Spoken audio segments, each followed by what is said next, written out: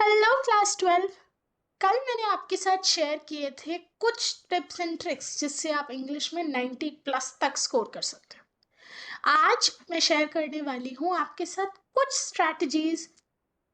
आज मैं शेयर करने वाली हूँ आपके साथ वो कुछ तरीके जो आप यूज कर सकते हो बोर्ड एग्जाम अटेम्प्ट करते वक्त या फिर इवन प्रैक्टिस पेपर्स अटेम्प्ट करते वक्त। इन गाइडलाइंस को अगर आप फॉलो करते हो आप टाइमली अपना पेपर कंप्लीट कर पाओगे बिल्कुल नीट तरीके से। ठीक है, सो आज क्या क्या डिस्कस करने वाली हूँ मैं आपके साथ। कुछ जनरल टिप्स इंग्लिश एग्जाम से related, section wise time management tips मैं आपको देने वाली हूँ, एंड साथ ही साथ अगर घर बैठ के आप प्रैक्टिस पेपर्स कर रहे हैं उनके लिए कुछ ट्रिक्स जिससे आप इफेक्टिवली एंड एफिशिएंटली अपने एग्जाम्स को कर पाएंगे। सो चलिए शुरू करते हैं।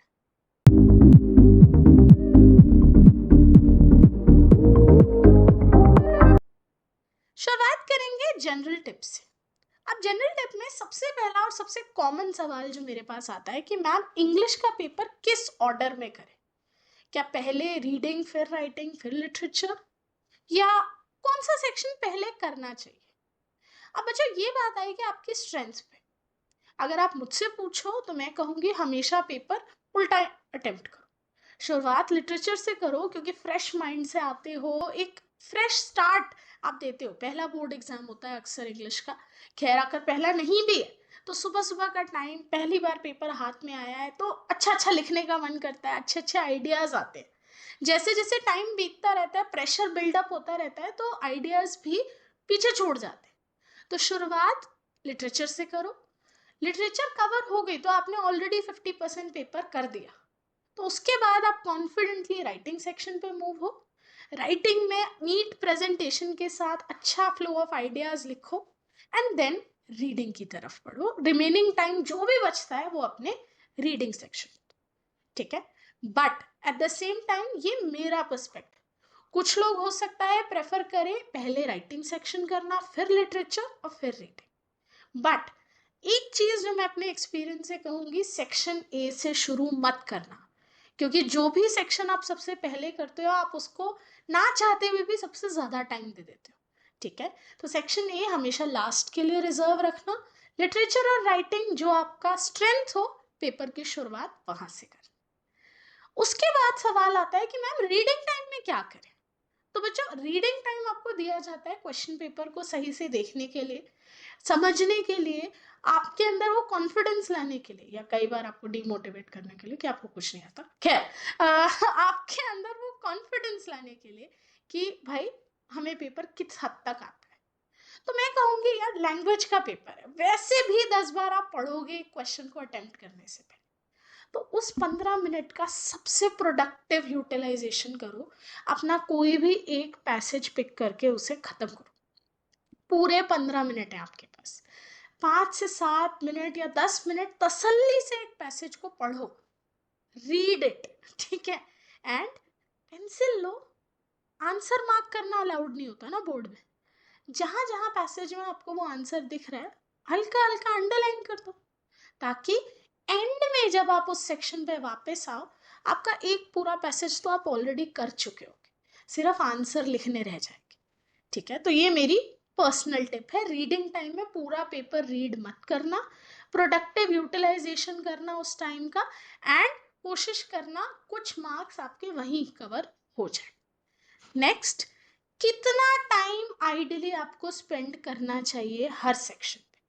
ठीक है, अब वैसे तो घड़ी के मोहताज नहीं होते हम लोग बिना घड़ी देखे बस फ्लो में लिखते जाते हैं, बट आइडियली बच्चों आपको जितने नंबर का क्वेश्चन है उसको इंटू 2 कर दो, उससे ज्यादा टाइम नहीं स्पेंड करना किसी भी क्वेश्चन पे।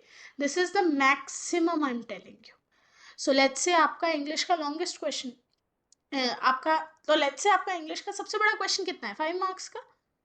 तो उस क्वेश्चन पे आपको 5 into 2 यानी 10 मिनट पूरे स्पेंड करने हैं, उससे ज्यादा नहीं।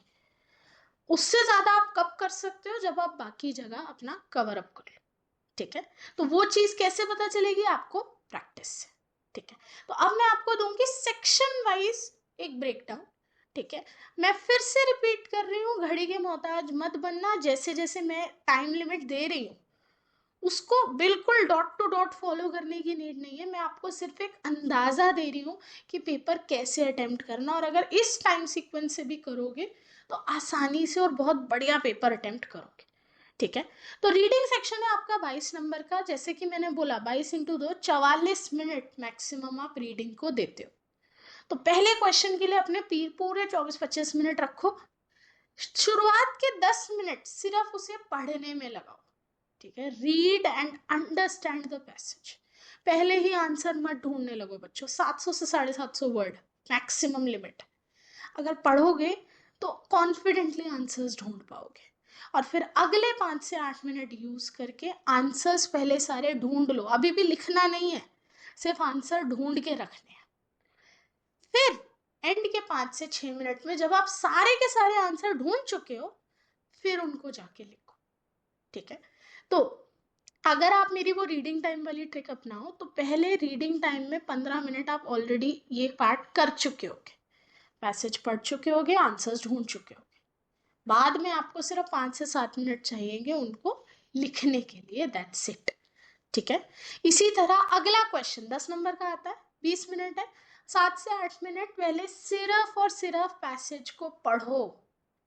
सिर्फ और सिर्फ पैसेज को पढ़ने के लिए क्यों मैं बार बार कह रही हूँ, क्योंकि बार जल्दबाजी में हम गलत चीज लिखाते हैं। ऑप्शन ए था पर लिख भी आए, क्यों? क्योंकि जल्दबाजी में ध्यान नहीं दिया। तो जल्दबाजी रखनी ही नहीं ना, इसीलिए तो प्रैक्टिस पेपर करना है, ताकि एक दो बार में आदत बन जाए कि इस तरह से पेपर करना है। फिर आंसर ढूंढो, पैसेज के आंसर लिखने से पहले उनको पहले ही ढूंढ लो भाई। अगर मिनटों का हिसाब नहीं भी रखना, सीक्वेंस ही फॉलो करो। पहले एटलीस्ट एक बार पूरा पैसेज पढ़ो, फिर अपने आंसर्स को ढूंढो, और एंड में एक साथ सारे आंसर लिखो। ठीक है, यही चीज, कोई भी एक पैसेज जो आपको इजी लग रहा हो, ठीक है, दोनों पैसेज में से कोई एक करना। सिर्फ पूरा पैसेज एक बार पढ़ना। मैं नहीं कह रही कि बार बार पूरा पैसेज पढ़ो और लाइन टू लाइन उसे समझो, नहीं। एक बेसिक आइडिया आपको लग जाएगा कि ये पैसेज किस बारे में बात कर रहा है, तो आपके लिए क्वेश्चन आंसर्स करना बहुत ईजी हो जाएगा। एक पेंसिल यूज करना छोटे छोटे मार्क्स लगाने के लिए, क्योंकि मैं नहीं चाहती आपके साथ कोई चीटिंग का आपके ऊपर वो आ जाए बात। एंड ऑप्शन नंबर और करेक्ट आंसर दोनों लिखना। एमसीक्यू में बच्चे आलस में क्या करते हैं, answer 1 part A, that's it. नहीं बाबा, आंसर 1 ए पार्ट कह रहा था he is a tall boy, जो भी है, डॉट डॉट डॉट पूरा लिखना। ठीक है, इससे टीचर्स को श्योरिटी रहती है कि अगर गलती से आपने ऑप्शन नंबर गलत उतारा है, ऑप्शन तो सही लिखोगे ना। एंड लास्ट टिप, कभी भी पैसेज की एग्जैक्ट लाइन कॉपी मत करना। थोड़ी बहुत इंग्लिश चेंज करके, एक दो वर्ड ही सही, उन्हें चेंज करके लिखना।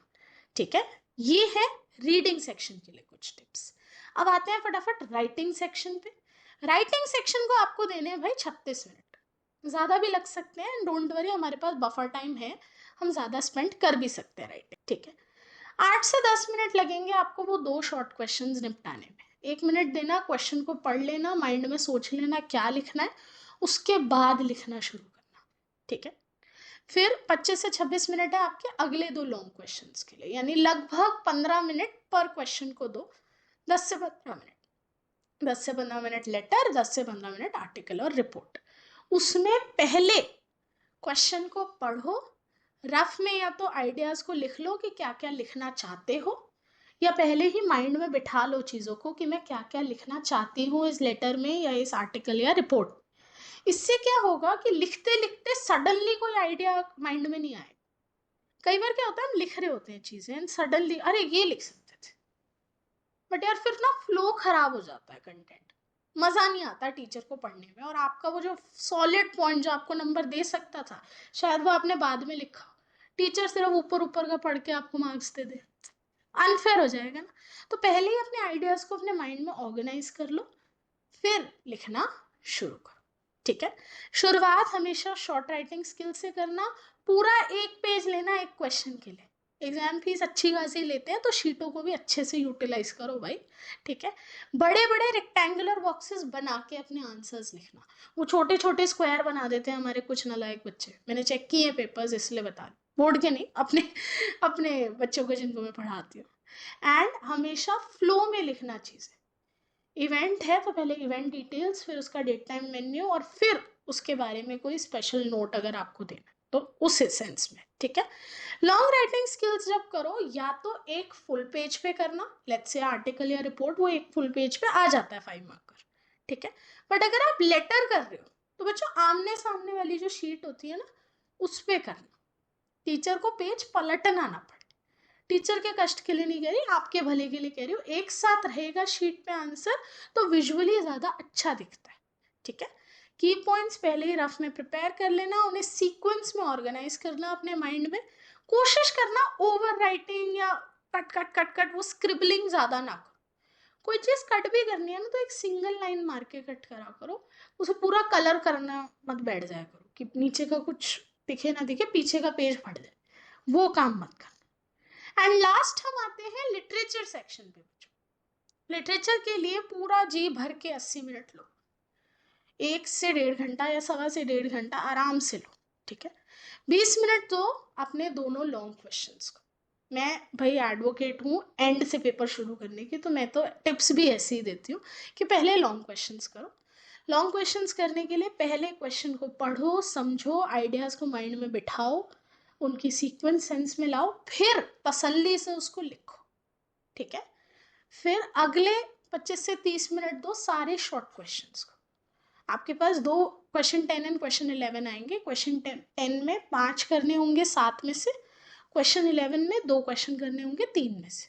तो पहले सारे क्वेश्चंस पढ़ लो शॉर्ट वाले, और चूज कर लो आपको कौन कौन से अटेम्प्ट करने। जब आप चूज कर लो वो क्वेश्चंस जिनमें आप 100% श्योर हो, फिर उन्हें लिखना शुरू करो। एंड एक्सट्रैक्ट बेस्ड क्वेश्चंस के लिए भी पूरा पूरा टाइम लो, आपका 4 से 5 मिनट लो to read and understand each extract, कि वो एक्सट्रैक्ट कौन से चैप्टर का है, कौन सी पोएम का है, क्वेश्चंस किस हद तक एक्सट्रैक्ट में ही आंसर्स आपको मिल जाएंगे, ठीक है। फिर 2-3 मिनट लो, एमसीक्यूज सारे सॉल्व कर लो, एंड उसके बाद लिखना शुरू, ओके। शुरुआत हमेशा लॉन्ग आंसर से, एक होल पेज लेना एक क्वेश्चन के लिए। लॉन्ग आंसर करते वक्त याद रखना, एक बहुत अच्छी टिप दे रही हूँ, 3 से 4 की फ्रेजेस या एक्सप्रेशंस जो आपने आंसर में यूज किए उनको अंडरलाइन कर लेना। क्वेश्चन जो चीज़ पूछ रहा था आपने आंसर में लिखी है, बट आंसर में एग्जैक्टली वो आंसर्स कहाँ मिलेंगे, टीचर के लिए वो कीवर्ड्स कहाँ है, पहले ही अंडरलाइन कर देना। टीचर को बड़ा अच्छा लगता है कि भाई बच्चे ने पहले ही हाईलाइट कर दिया, मतलब वो बहुत कॉन्फिडेंट है अपने आंसर के, तो टीचर भी कॉन्फिडेंटली नंबर देती है।